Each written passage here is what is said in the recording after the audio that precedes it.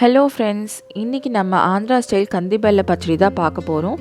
அதுக்கு தேவையான ingredients 2 table spoon பருப்பு, 1 டீஸ்பூன் ஜீரகம், 6 பல்லு பூண்டு, சின்ன லெமன் சைஸ் அளவுக்கு புளி, 12லேருந்து 15 காஞ்ச மிளகாய் வேணும்.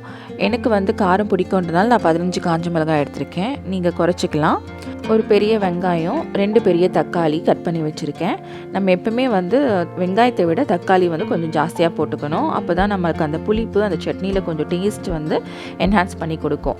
இப்போ நம்ம சின்ன கடாய் எடுத்து வச்சுருக்கிற இன்க்ரீடியன்ஸ் ஒன்று ஒன்றா ட்ரை ரோஸ்ட் பண்ணணும். ஃபர்ஸ்ட் நம்ம பருப்பை எடுத்து போட்டுட்டு நம்ம அதை ரோஸ்ட் பண்ணணும். லைட் கோல்டன் ப்ரௌன் வந்ததுக்கப்புறமா நம்ம அந்த சீரகம் எடுத்து போடணும். ஸ்டார்டிங்கே நம்ம சீரகம் போட்டுட்டோம்னா பருப்பு ரோஸ்ட் ஆகிறதுக்கு முன்னாடியே சீரகம் கரைஞ்சிடும். ஸோ அதனால் நம்ம ஸ்டேஜ் பை ஸ்டேஜாக தான் நம்ம ரோஸ்ட் பண்ணணும்.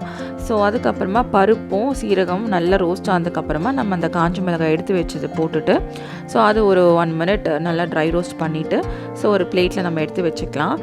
இந்த பச்சடியோட டேஸ்ட் நம்ம ட்ரை இன்க்ரீடியன்ஸை ரோஸ்ட் பண்ணுற பதத்தில் தான் இருக்குது. ஸோ இந்த பருப்பு ரொம்ப கரைஞ்சிடுச்சுன்னா கரிஞ்ச ஸ்மெல் வரும்.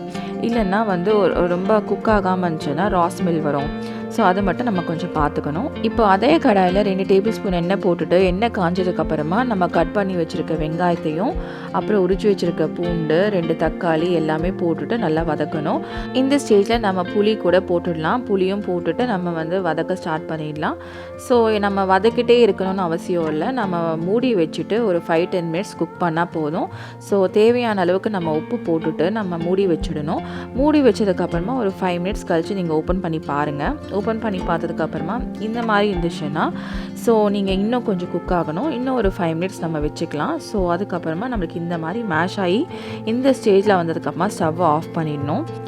அவ்வளோதாங்க. கூல் டவுன் பண்ணி மிக்சர் ஜாரில் போட்டால் நம்மளோட ஆந்திரா ஸ்பைசி கந்தி பேல சட்னி ரெடி.